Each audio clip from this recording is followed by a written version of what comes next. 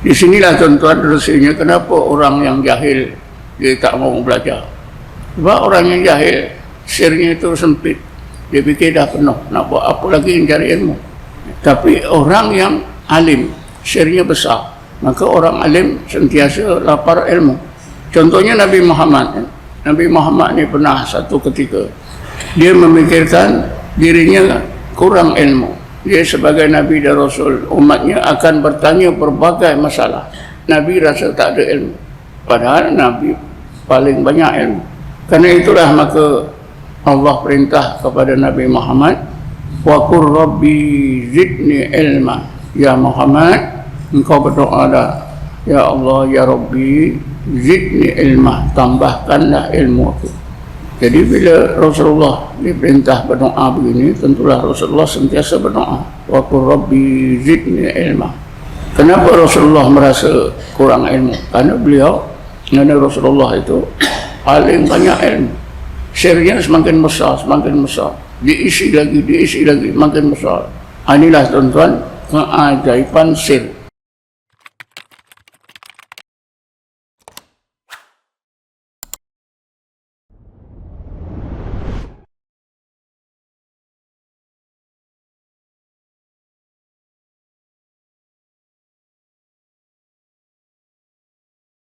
Assalamualaikum warahmatullahi wabarakatuh. A'udzubillahi minasyaitonir rajim. Bismillahirrahmanirrahim. Alhamdulillahil qail walamma tajalla rabbuhu lil jabali ja'alahu dakka wa kharra Musa sa'iqa walamma afaqa qala subhanaka tubtu ilaika wa ana awwalul mu'minin. Asyhadu an la ilaha illallah wahdahu la syarika lah wa asyhadu anna Muhammadan abduhu wa rasuluh. Allahumma shalli ala sayyidina Muhammadin nuril anwar wa ala alihi al-adhhar wa ashabil ahyar wa sallim tasliman katsira. Allahumma nawwir qulubana bi nuri hidayatika kama nawwartal arda bi nuri syamsika abadan abada bi rahmatika ya arhamar rahimin. Tuan-tuan dan puan-puan yang dirahmati Allah sekalian, pada pagi ini saya ingin menjelaskan sekali lagi berkenaan dengan konsep tajalli. Kalimat tajalli berasal daripada hujung ayat 143 surah Al-A'raf yang tadi telah saya bacakan. Bismillahirrahmanirrahim. Walamma tajalla rabbuhu lil jabali. Dalam ayat ini ada kalimah tajalla. Tajalla dalam ilmu saraf, cahan bahasa Arab, fi'il madhi. Maknanya maka apabila Tuhannya Allah menzahirkan, menampakkan,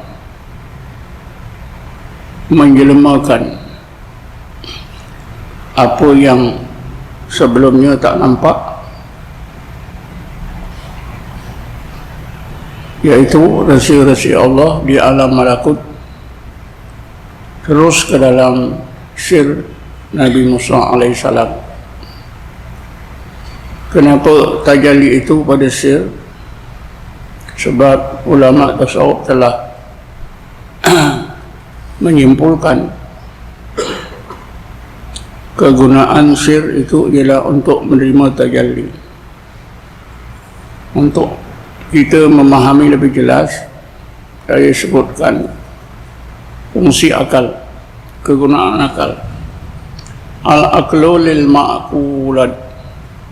Maksudnya akal itu kegunaannya ialah untuk menerima kebenaran setakat yang boleh masuk akal. Dalam masalah agama banyak perkara yang akal saja susah nak terima. Lalu Allah jadikan hati, kerana daya kekuatan hati itu jauh lebih canggih daripada akal. Al-qalbu lil mafhumat. Hati itu untuk memahami kebenaran Allah Subhanahu wa taala. Terutamanya perkara-perkara yang akal tak boleh faham, maka ketika itulah hati memainkan peranan. Jadi al-qalbu lil mafhumat, maknanya hati itu kegunaannya, fungsinya ialah untuk memahami. Contohnya banyak ya. Macam apabila Allah turunkan ayat Quran, Bismillahirrahmanirrahim, Al-yawma akmaltu lakum dinakum, hingga akhir. Hari ini telah aku sampurnakan agama kamu. Bila para sahabat mendengar ayat ini, maka para sahabat semua suka dan gembira. Tetapi dalam masa yang sama, Sayyidina Abu Bakar seorang menangis. Ini menunjukkan para sahabat guna akal. Guna akal, dia tak faham apa yang tersirat dalam ayat ini. Tapi Sayyidina Abu Bakar menggunakan hati. Karena Abu Bakar menggunakan hati, maka Sayyidina Abu Bakar dapat faham bahawa turunnya ayat ini menandakan kewafatan Rasulullah sudah hampir. Sebab itulah Sayyidina Abu Bakar menangis. Bila Sayyidina Abu Bakar memberi keterangan pada para sahabat, barulah sahabat faham kenapa Sayyidina Abu Bakar menangis. Lalu mereka juga ikut menangis. Nah, jadi al-qalbu lil mafhumat. Yang ketiganya ruh. Ar-ruh lil musyahadah. Ruh itu kegunaannya untuk musyahadah. Apa itu musyahadah? Ialah melihat Rasul Allah yang ada di alam malakut. Itu musyahadah. Ru'yatu ayatul haq bil basirah atau bil ruh min ghairi subatin ka'annahu ra'ahu bil aini. Musyahadah itu ialah melihat Rasul Allah di alam malakut dengan pandangan mata hati atau pandangan roh. Begitu jelas tanpa ada keraguan, seolah-olah orang tersebut melihatnya dengan mata kepala. Ini musyahadah. Jadi ar-ruh lil musyahadah. Lagipun dalam ayat dalam ayat 172 surah Al-A'raf, memang Allah nyatakan ya, Allah ceritakan bila Allah tanya kepada para roh manusia, para roh manusia ketika itu musyahadah terhadap Allah. Bismillahirrahmanirrahim. Wa idh akhadha rabbuka min bani adam min zuhurihim wa ashhadahum ala anfusihim alastu bi rabbikum qalu bala syahidna an taqulu yawmal qiyamati inna kunna an hadha ghafilin. Dalam ayat ini Allah tanya kepada para roh. Semasa itu roh manusia masih di alam arwah lagi. Belum lagi dimasukkan ke tubuh. Belum dimasukkan ke tubuh Adam. Alastu bi rabbikum, Allah tanya, tidakkah aku ni Tuhan kamu, wahai para roh manusia? Qalu bala syahidna. Maka para roh manusia menjawab, bala, ya Allah, sesungguhnya engkau adalah Tuhan kami. Syahidna, kami saksikan. Adalah musyahadah. Ar-ruh lil musyahadah. Yang keempatnya, asirru li tajalliyat. Asir itu untuk menerima tajalli. Tapi kita perlu memahami apa itu sir. Akal kita dah faham, hati mungkin kita dah faham, roh kita dah faham. Tapi apa itu sir? Pertama sekali tuan-tuan, kita nak memahami sir ini, kita kena gunakan sebuah hadis kursi yang menyebutkan kedudukan rohani kita ni, tingkat-tingkat rohani kita. Yang pertama akal, yang kedua sadrun. Dalam Quran kan ada alam nasrah laka sadrun. Yang ketiganya qalbun. Lepas qalbun fuadun. Dalam Quran disebut Zalika linusabbitu fuadaka, fuadnya. Lepas itu yang kelimanya saghafun. Saghafun ini jarang kita dengar. Sekali saja disebut oleh Allah dalam surah Yusuf. Yang keenamnya ialah lubbun. Yang ketujuhnya sirrun. Jadi kita nampak di sini susunan 3 tingkat. Aklun, sadrun, qalbun, fuadun, saghafun, lubbun, sirrun. Jadi sir itu adalah lapis rohani kita yang akhir sekali, yang paling dalam. Jadi kalau kita telitikan dalam apa ni bahasa kita, mungkin sirrun ini mungkin menempati dengan kalimah lubuk hati. Jadi sir itu telah kita gunakan dalam bahasa kita lubuk hati, lapisan rohani kita yang paling dalam. Kerjanya menyimpan.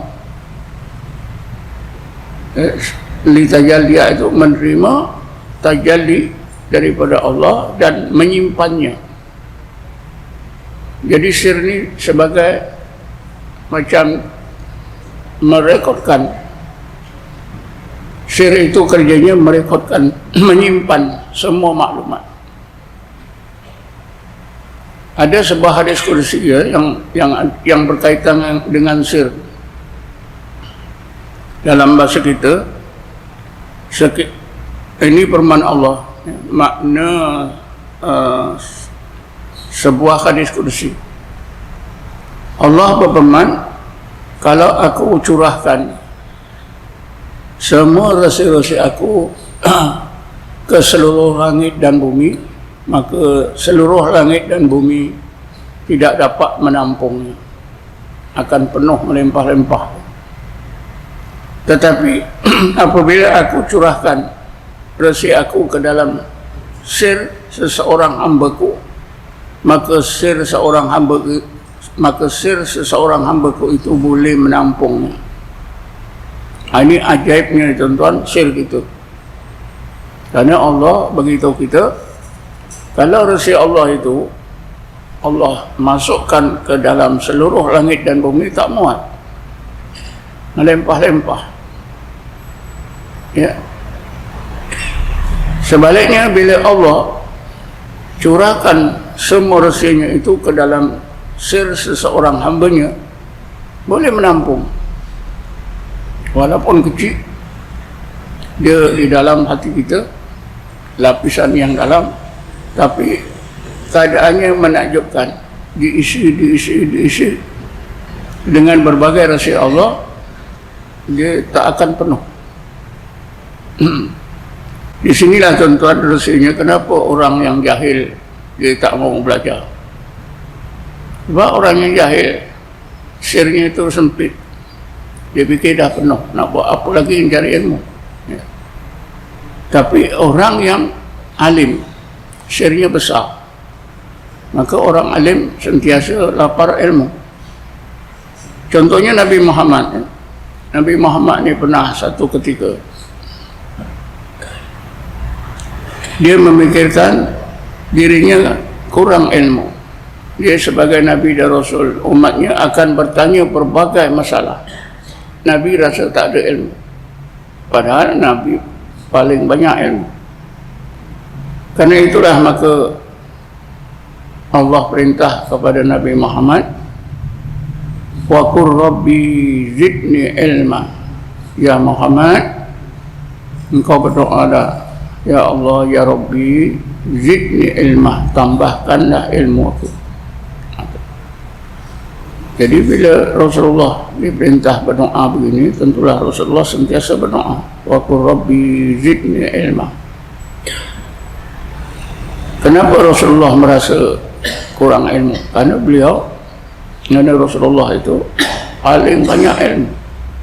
Sirnya semakin besar, diisi lagi, makin besar. Inilah tuan-tuan keajaiban sir. Sebab itulah falamma tajalla rabbuhu lil jabali tadi, Allah tajallikan rahsia-rahsia kewujudan zatnya yang ada di alam malakut terus ke dalam sir Nabi Musa alaihissalam. Tuan-tuan dan puan sekalian, kita berusaha siang malam mengenal Allah supaya kita bertambah kenal. Puncak kita kenal dari Allah itu ialah apabila Allah tajallikan rahsia-rahsianya, rahsia wujudnya zat, rahsia-rahsia sifat, rahsia-rahsia asma, rahsia-rahsia af'al.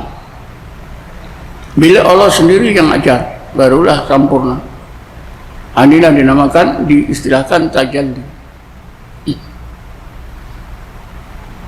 Tuan-tuan dan puan sekalian, untuk memahami falamma tajalla rabbuhu lil jabali ja'alahu dakka hingga seterusnya ni,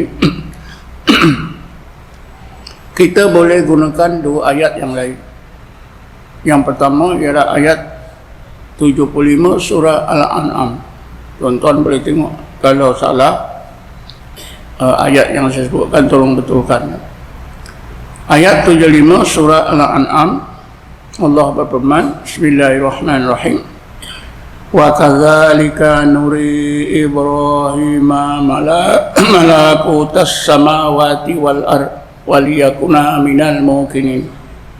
Demikianlah kami di sini maknanya Allah. Demikianlah kami Allah nuri itu artinya tunjukkan, perlihatkan, hampir sama dengan makna tajallah. Cuma Allah gunakan perkataan nuri. Demikianlah kami perlihatkan, kami tunjukkan, kami jelmakan rahsia kami yang ada di alam malakut terus ke dalam sir Ibrahim alaihissalam. Jadi Nabi Ibrahim dapat tajalli juga. Liyakuna minal muqinin, supaya Ibrahim alaihissalam menjadi seorang yang yakin. Inilah yang saya selalu sebut dengan ilmu tauhid yang kita pelajari, itu mampu membina iman. Tapi untuk meningkatkan peningkatan iman kepada yakin itu perlu kepada tajalli. Sebab itu Allah sebutkan tadi, wa kadzalika nuri Ibrahim, demikianlah kami tunjukkan, zahirkan, nyatakan rahsia kami di alam malakut terus ke dalam sir Ibrahim alaihissalam. Untuk apa? Waliyakuna minal muqinin, supaya iman Ibrahim alaihissalam meningkat kepada yakin, menjadi seorang muqinun.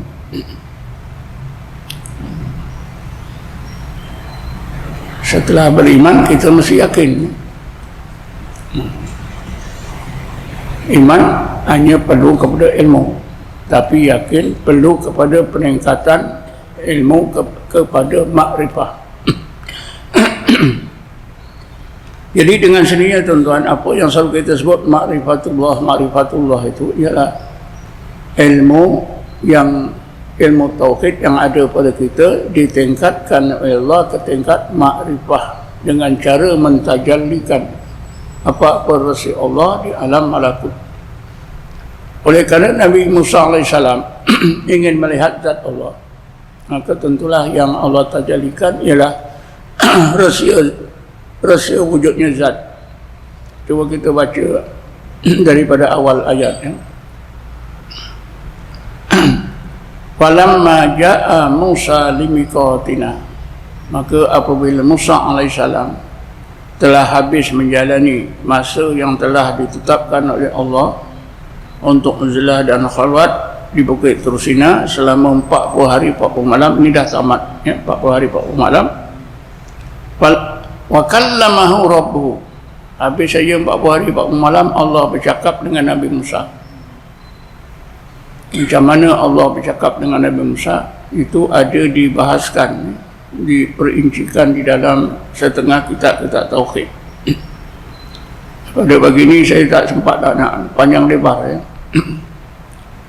Mungkin perlu pada satu kuliah yang khas. Ketika itulah tuan-tuan, ketika Allah bercakap dengan Nabi Musa, itulah Nabi Musa ambil peluang. Qala rabbi arini anzur ilaik. Nabi Musa berdoa, ya Allah, ya Rabbi, bagilah peluang aku nak tengok zatmu dengan kedua-dua mataku. Nabi Musa nak lihat zat Allah dengan kedua-dua matanya. Maka Allah jawab, qala lan tarani. Allah berfirman, ya Musa, engkau tidak akan dapat melihat zatku dengan kedua-dua matamu. Walakin dur ilal jabali. Akan tetapi engkau renungkan, engkau lihat baik-baik bukit Tursina itu.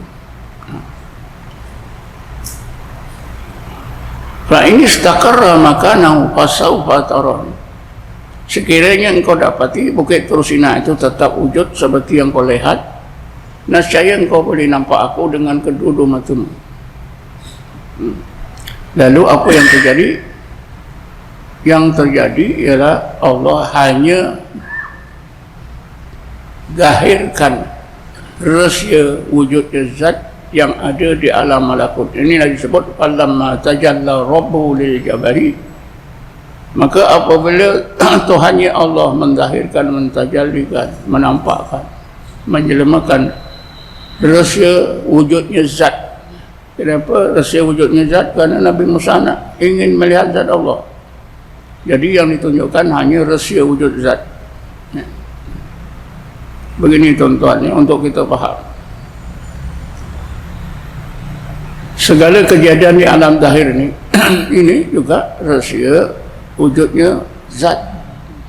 Tapi setakat atau di peringkat yang kita boleh pandang dengan mata kepala, yang kita boleh rasa dengan panca indera.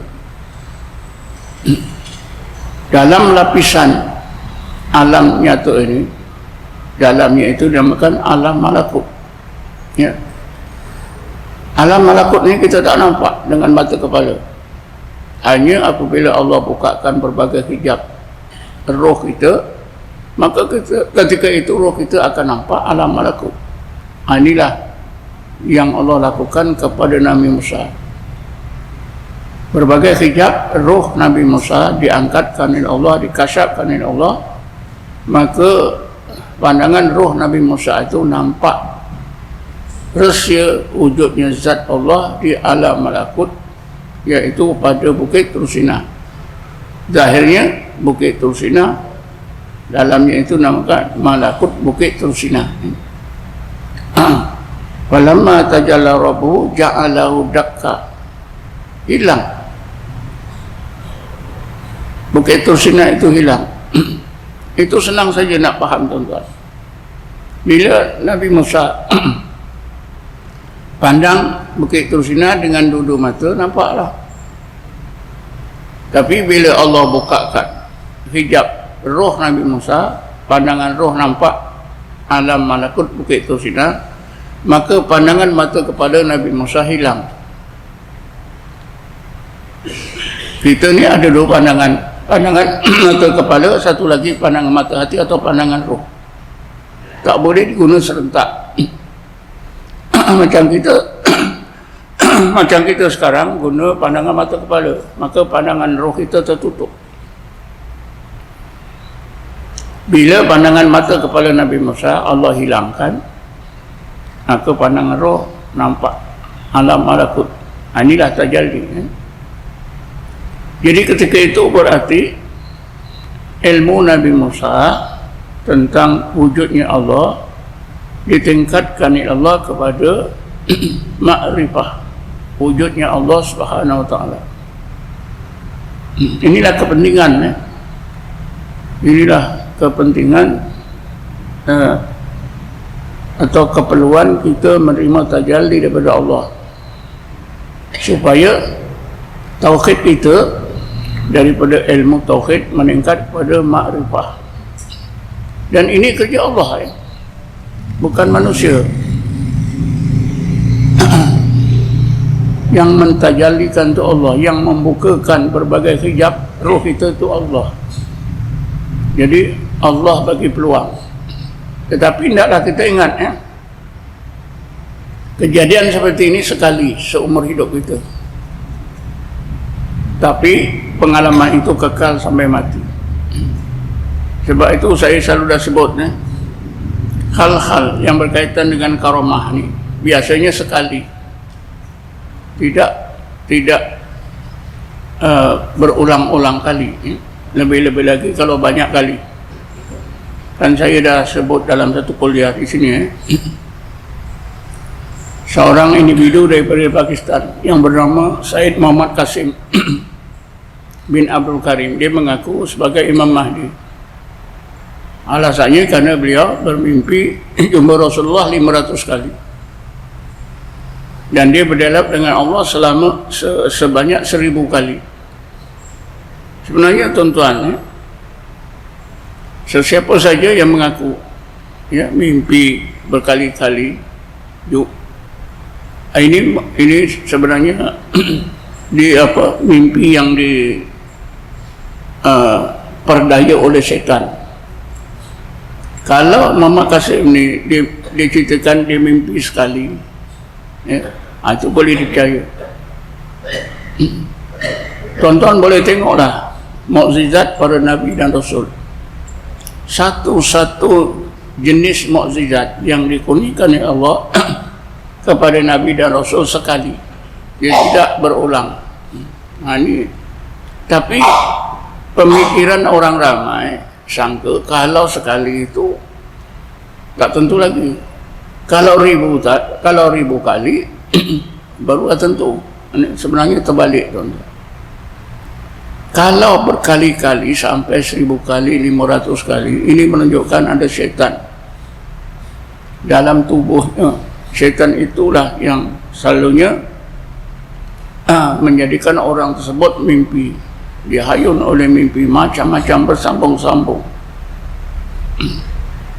Sebab itu Muhammad Qasim ini di Pakistan, ulama sana pun tolak. Tapi orang Malaysia ni, ustaz-ustaz ada yang percaya, bawa kemari, ya, sampai di wilayah ditangkap, kena denda 3,000 dari Indonesia. Sekarang ulama Indonesia tengah bergaduh. Setengah ulama sana ada yang dukung, ada yang tidak. Tapi majoriti ulama Indonesia tolak. Jadi kita berbalik semula tadi, ya. Jadi Nabi Musa ni dapat mengenal Allah sebenar-benar kenal kerana Allah telah kurniakan kepadanya tajalli. Allah tajallikan rahsia kewujudan zatnya sebagaimana yang dikehendaki oleh Nabi Musa. Jadi Nabi Musa ingin melihat zat Allah dengan mata kepala. Yang dibenarkan oleh Allah, yang boleh dikenal hanyalah rahsia kewujudan zat yang ada di alam malakut, terus Allah tunjukkan dalam pandangan ruh. Inilah dinamakan musyahadah. Jadi ketika musyahadah tadi, inilah, ya, maka Nabi Musa dapatlah pengalaman seperti yang Rasulullah sebut, al-ihsan an ta'budallah ka'annaka tarahu. Jadi Nabi Musa ketika itu dapat pengalaman seolah-olah melihat Allah, kerana yang dilihat oleh pandangan roh hanyalah rahsia kewujudan zat, bukan zatnya. Itulah setinggi-tinggi kita kenal Allah setakat itu saja, iaitu apabila Allah tajallikan. Jadi tajalli ini, tuan-tuan, tidak semestinya orang itu alim besar. Siapa-siapa saja yang Allah kehendaki dapat tajalli. Malahan kalau orang alim, banyak yang ramai yang terhijab. Kerana seorang ulama tasawufnya, Syekh Abu Hasan Sazali, dia kata aksarun nasi hijaban al-ulama. Manusia yang paling banyak terhijab ialah ulama. Subhana man hajabal ulama bi ulumihim. Maha suci Allah yang menghijab pandangan roh ulama itu dengan ilmu mereka sendiri. Jadi bila ulama yang dah ada ijazah PhD dalam bidang akidah, tentulah merasa dah cukup ilmu, jadi terhijab. Sebab itu, untuk dapat peluang daripada Allah, tajalli daripada Allah ni tuan-tuan, orang biasa lebih besar. Sebab orang biasa rasa tak ada ilmu. Orang biasa ni maknanya pendidikan agama bukanlah tinggi, biasa saja.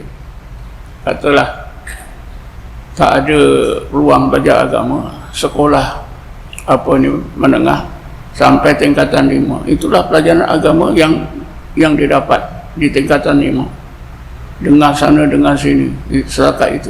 Orang-orang seperti ini lebih banyak peluang. Kenapa? Merasa jahil. Bila merasa jahil, Allah tambah.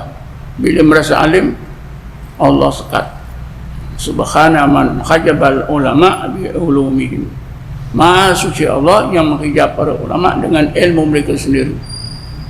Saya dah cerita banyak kali ketika saya mengajar di UM dulu. Saya ajak kawan-kawan belajar tasawuf, semuanya menolak.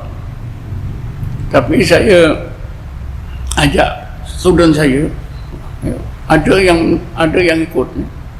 Begitu juga saya ngajar di masjid di surau, orang ramai boleh ikut, tapi orang alim jarang. Ini untungnya orang yang tak belajar agama tinggi itu untung, sebab ada peluang. Tapi kalau seorang alim itu dia merasa kurang ilmu, ini lagi baik. Sebab apa? Ilmu dah ada. Sebab itu kadang-kadang jadi masalah. Masalah besar di kalangan pengikut atau pengamal ilmu tasawuf. Saya contohkanlah di India ada datang seorang alim daripada Uzbekistan bernama Muhammad Baqi Billah. Dia memang dikehendaki disuruh oleh gurunya supaya menyebarkan tasawuf di benua India. Bila sampai di India, dia menetap di Delhi, New Delhi. Dia buka sebuah, kalau kita kata madrasah. Nah, madrasahnya sampai sekarang ada. Lalu ramai orang belajar. Orang ramai belajar dengan dia, Muhammad Baqi Billah. Sudah 2-3 tahun ada seorang alim besar di India bernama Syekh Ahmad Sirhindi. Dia pun belajar, tapi berbanding dengan murid-murid lain, beliau lambat 2-3 tahun. Tiba-tiba tuan-tuan, sesudah Syekh Ahmad Sirhindi ini belajar jadi murid Muhammad Baqi Billah, bila Muhammad Baqi Billah ni dirasa nak meninggal, dia lantik Syekh Ahmad Sirhindi ni sebagai pengganti dia. Maka murid-murid lama ni macam tak puas hati.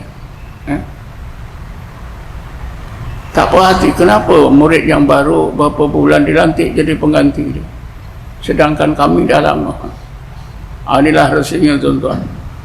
Seorang alim macam Syekh Ahmad Sirhindi itu, bila dia bertemu gurunya Muhammad Baqi Billah, yang diperlukan ialah itu tadi, tajalli saja. Jadi ilmu tauhid itu sudah ada, sudah sedia, tinggal ibarat kata Allah bukakan hijab, itu saja.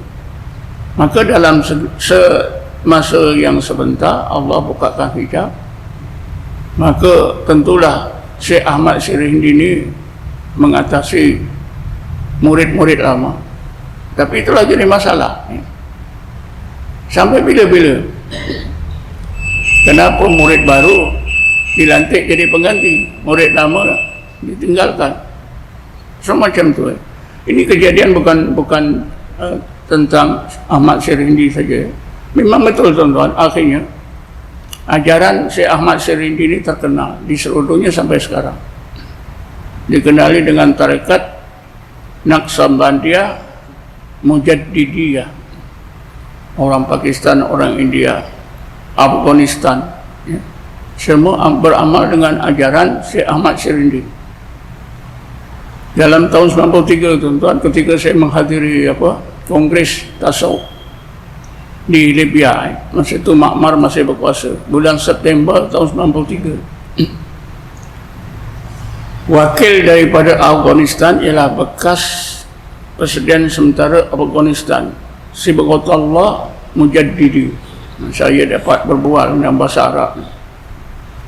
Dia kata di Afghanistan orang-orang Islam di sana beramal dengan tarekat Naqsabandiyah Mujaddidiyah. Tuan-tuan dan puan-puan sekalian, jadi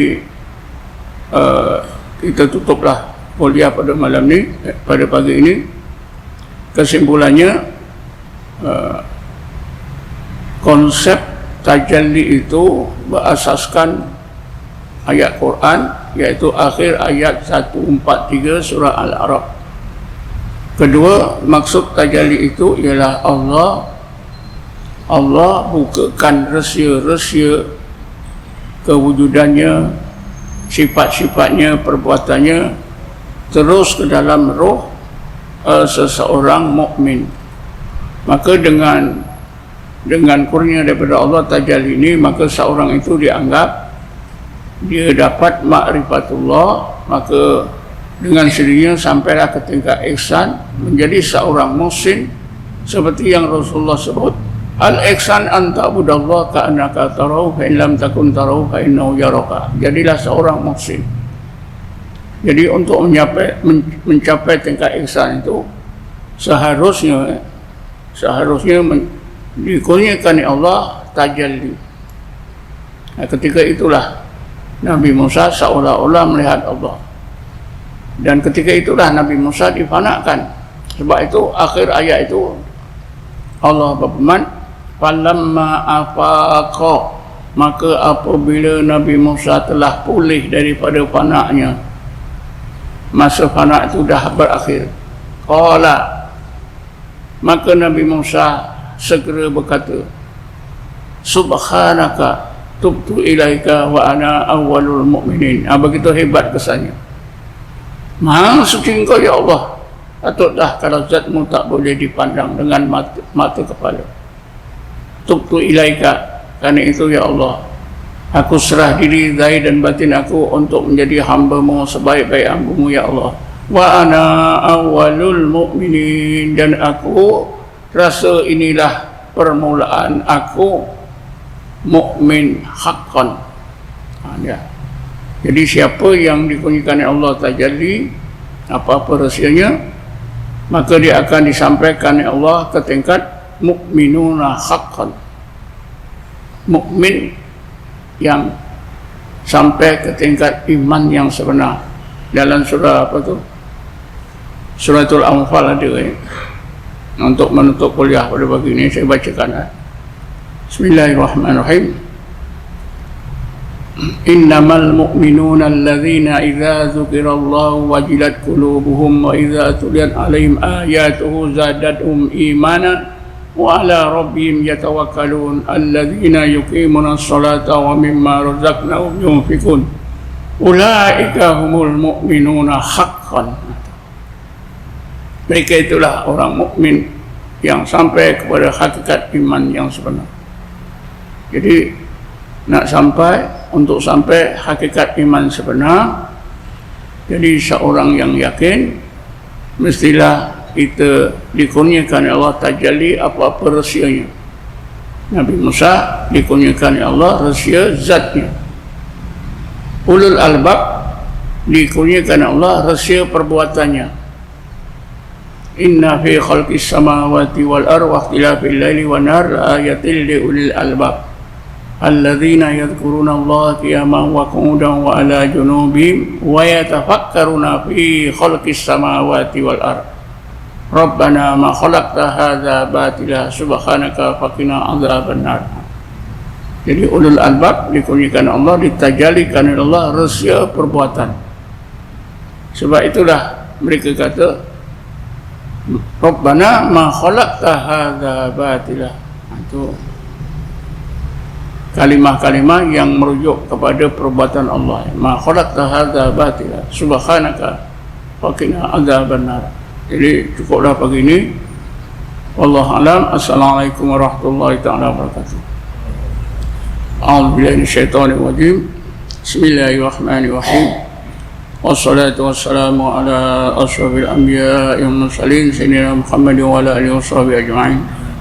Allahumma ighfir lana warhamna, Allahumma ighfir lana warhamna, Allahumma ighfir lana warhamna wa li abaina wa li ummahatina wa li dhawil huquqil wajibati alaina wa lil muslimina wal muslimat wal mu'minina wal mu'minat bi rahmatika ya arhamar rahimin.